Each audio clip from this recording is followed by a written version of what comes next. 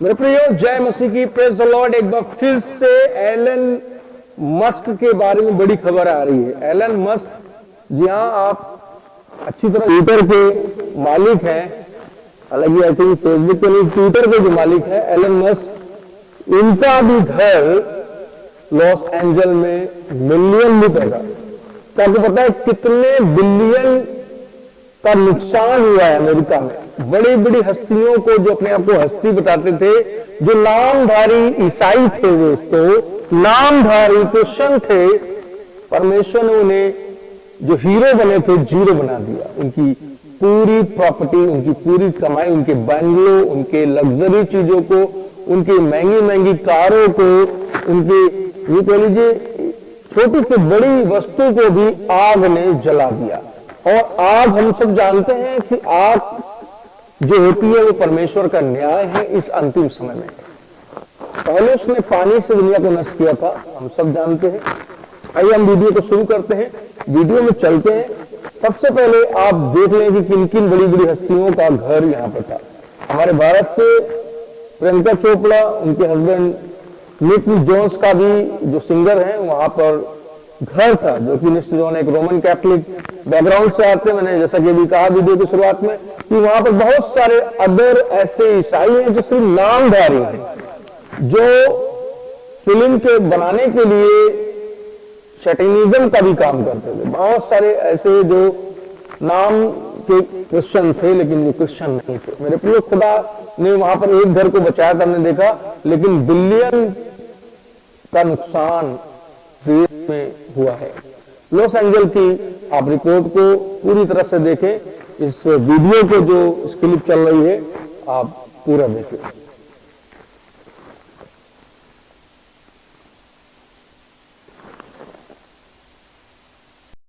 तो साथियों, आपने देखा कि किस तरह से लॉस एंजल में बिलियन बिलियन मनी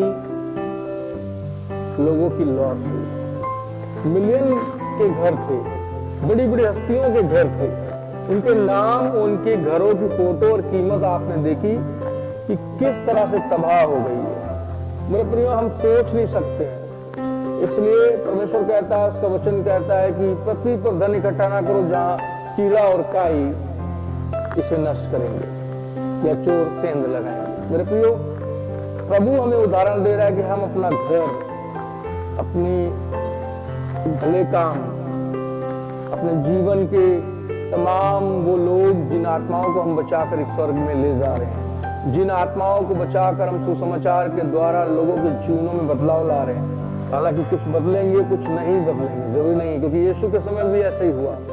प्रभु ने बदलना सबको चाहा, लेकिन कुछ बदले और कुछ नहीं बदले। इनमें यहूदा स्कॉर्पियो भी था और बहुत से ऐसे दूसरे लोग भी थे जिन्होंने विश्वास न किया प्रभु पर। क्योंकि किसी के अंदर धनवान व्यक्ति आया, उसको धन की लालच थी।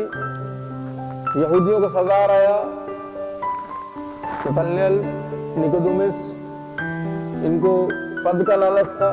इसी तरह बहुत सारे लोग प्रभु की बातों को आज भी सुनते हैं लेकिन चलते नहीं और ग्रहण नहीं करते प्रभु को अपना उद्धार करता करके।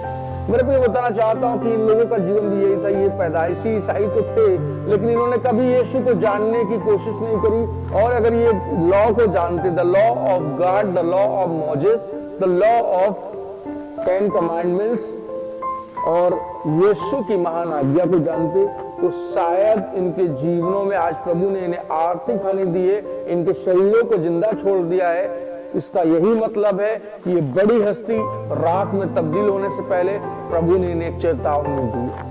अगर मैं गलत कह रहा हूं मेरे भाई बहनों, आप कमेंट में बोल सकते हैं कि मैं गलत बोलूं। नहीं, परमेश्वर ने उनके घरों को तबाह करके, उनकी वस्तुओं को जो संसारिक थी, उनके घमंड को तबाह करके ये दिखा दिया कि परमेश्वर कैलिफोर्निया में, परमेश्वर लॉस एंजल में जीरो नहीं है, परमेश्वर हीरो है। और जो हीरो थे उन्हें हीरो बना दिया परमेश्वर ने। That is the power of God Almighty, the God of universe, the Elohim Adonai is working on His namesake. परमेश्वर अपने नाम को जो पवित्र है उसको बचाने के लिए लड़ता है आज भी। फरौन ने कहा था मैं तेरे परमेश्वर को नहीं जानता। फिरौन का असल क्या हुआ? फिरौन ने कहा था कि मैं तेरी शक्ति को नहीं मानता, कौन है यहोवा मैं नहीं जानता। उसने कहा कि तुझे मेरे हाथों से कोई नहीं छुड़ा सकता। हिजकिय्याह राजा परेशान था। अश्शूर के राजाओं ने कहा कि मैं यरूशलेम को लूट लूंगा, और उसने जीवते परमेश्वर की निंदा की थी। क्या हासिल हुआ? हेरोदेस ने क्या किया था हम सब जानते हैं। बाइबल के अंदर ढेरों कहानियां भरी पड़ी हैं। हेरोदेस ने क्या कहा था?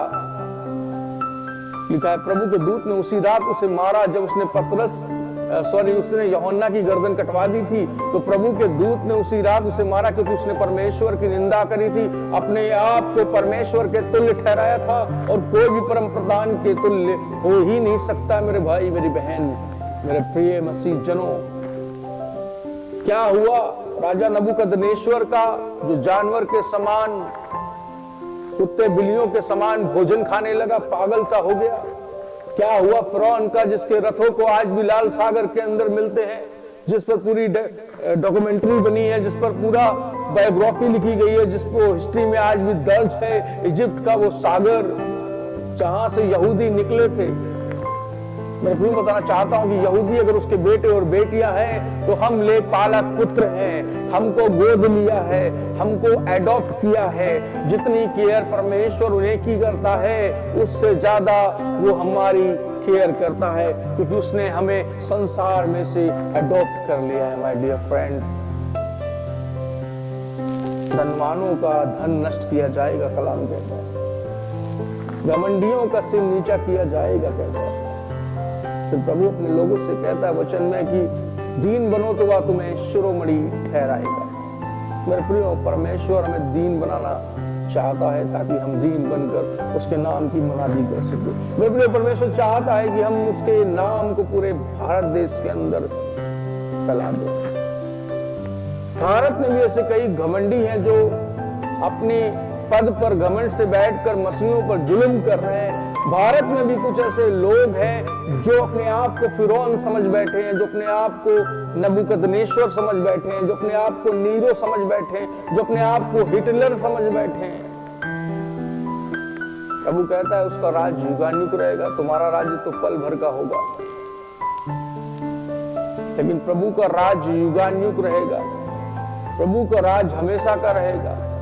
प्रभु का राज्य का अंत कभी ना होगा, क्योंकि बाइबल कहती, प्रकाशित वाक्य की वो बच्चा, जो स्त्री बच्चा जनने वाली थी और उसने बच्चा को जन्म दिया, यानी इजराइल, जिसने बच्चा जन्म दिया यानी यीशु को जन्म दिया, इजराइल।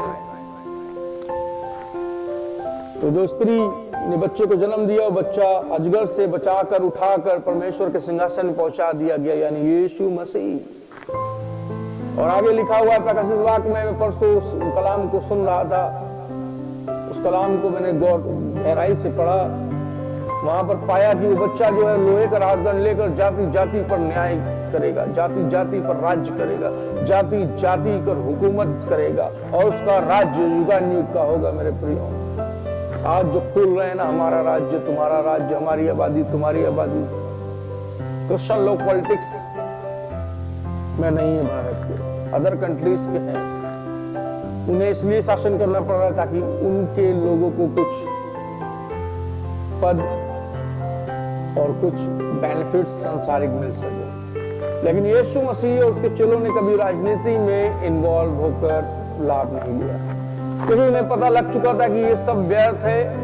परमेश्वर जब राज्य करेगा तो हम तो ऑटोमेटिक उसके साथ राज्य करेंगे। हमें तो नगर दिया जाएगा, हमें तो पूरा पूरा जिला दिया जाएगा जब यीशु का आगमन होगा।